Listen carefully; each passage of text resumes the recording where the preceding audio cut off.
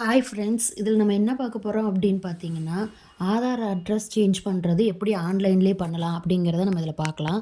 அதுக்கு வாங்க ஃபஸ்ட்டு வந்து பார்த்திங்கன்னா க்ரோம் போயிட்டு myAadhar.uday.gov.in அப்படின்னு சொல்லி கொடுத்தீங்க அப்படின்னா எந்த லிங்க்குமே போகும். டைரெக்டாக அதோட வெப்பேஜே வந்து பார்த்திங்கன்னா இந்த மாதிரி ஓப்பன் ஆகிடும்.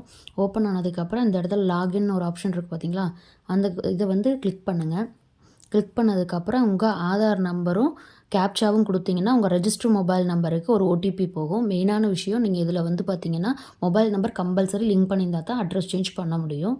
அதுக்கப்புறம் நீங்கள் மொபைல் நம்பருக்கு வந்த ஓடிபியை போட்டு லாகின் கொடுத்தீங்க அப்படின்னா இதில் ஆப்ஷன் பாருங்கள், இதெல்லாம் காமிக்கும். இதில் அட்ரஸ் அப்டேட் லாஸ்ட்டில் இருக்குது பாருங்கள், அதை கொடுத்து ஓகே கொடுத்து உள்ளே போனீங்க அப்படின்னா அப்டேட் ஆதார் ஆன்லைன்னு வரும். இப்போ ஆன்லைன் ப்ராசஸ் வந்து அட்ரஸ் சேஞ்சுக்கு மட்டும்தான் கொடுத்துருக்காங்க, வேறு எந்த ப்ராசஸுமே இல்லை, ஸ்டாப் பண்ணிட்டாங்க. தெரியுதுங்களா? இப்போ அட்ரஸ்க்கு வந்து நமக்கு நோ லிமிட், எவ்வளோ டைம் வேணாலும் நம்ம சேஞ்ச் பண்ணிக்கலாம். இப்போ நீங்கள் அட்ரஸ் கொடுத்து ப்ரொசீட் அப்டேட் ஆதார் அப்படின்னு கொடுத்தீங்க அப்படின்னா இந்த மாதிரி கரண்ட் டீட்டெயில்ஸ் ஸ்டார்டிங்லேயே காமிச்சிடும். அது போக அதுக்கு அடுத்தது வந்து பார்த்திங்கன்னா இந்த மாதிரி வரும். கேர் ஆஃப்ங்கிற இடத்துல நீங்கள் உங்கள் ஃபாதர் நேம், ஹஸ்பண்ட் நேம் அப்படிங்கிற மாதிரி யார் கொடுத்துக்கலாம். கேர் ஆஃப்ங்கிறதா வரும். ஒய்ஃப் ஆஃப், டாட்டர் ஆஃப் எதுவும் வராது. அதுக்கப்புறம் door number, street name, area, அதுக்கப்புறம் என்ன இது டிஸ்ட்ரிக்ட்னு கொடுங்க. டிஸ்ட்ரிக்ட் கொடுத்து உங்கள் பின்கோடு கொடுத்தீங்கன்னா ஆட்டோமேட்டிக்காக அதுவே வந்து டீட்டெயில்ஸ் ஃபெட்ச் ஆகும். கேர் ஆஃப்ங்கிற இடத்துல அதான் நீங்கள் சொன்ன மாதிரி நான் சும்மா டெம்பரரியாக ஒரு நேம் கொடுக்குறேன். சரிங்களா?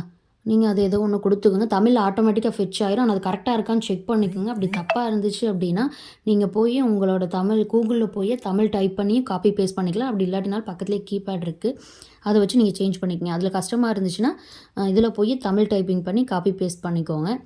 ஏரியா நேம் எல்லாம் கரெக்டாக கொடுத்துங்க. லேண்ட்மார்க் இருந்தாலும் கொடுத்துக்கலாம், நான் அது ஆப்ஷனல் தான், இருந்தால் கொடுங்க. பின்கோடு கொடுத்தீங்க அப்படின்னா டீட்டெயில்ஸ் வந்து ஆட்டோமேட்டிக்காக வந்துடும்.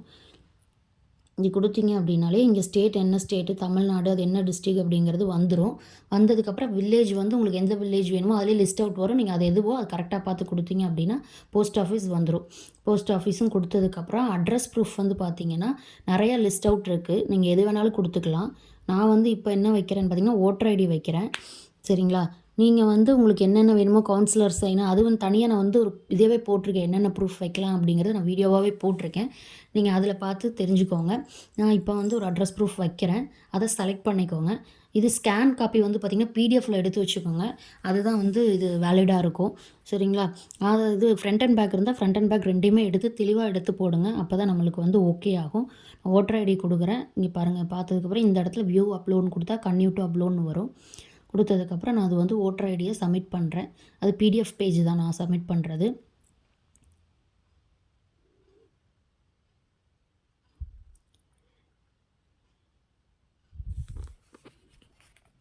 வெயிட் பண்ணுங்கள்.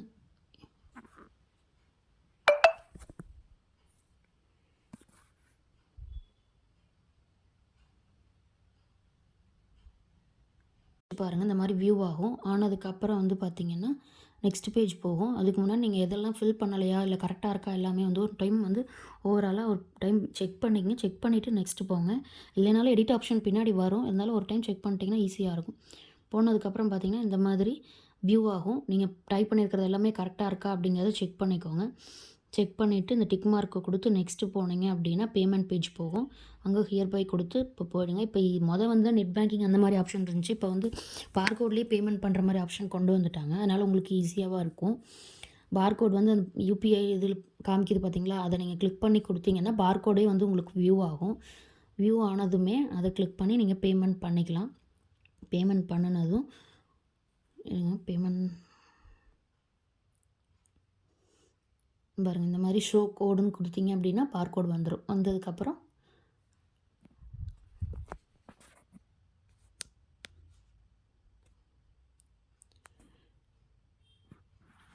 பேமெண்ட் ஸ்டேட்டஸ் வந்து வெரிஃபை ஆகிட்டுருக்கு. ஒரே நிமிஷம்.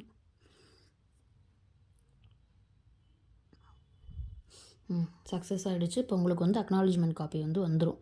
இதை வந்து நீங்கள் அக்னாலஜ்மெண்ட் வந்து டவுன்லோட் பண்ணிக்கலாம். பார்த்தீங்கன்னா அக்னாலஜ்மெண்ட் காப்பி இந்த மாதிரி தான் வரும். டவுன்லோட்னு கொடுத்தீங்க அப்படின்னா உங்களுக்கு காப்பி இந்த மாதிரி தான் வரும்.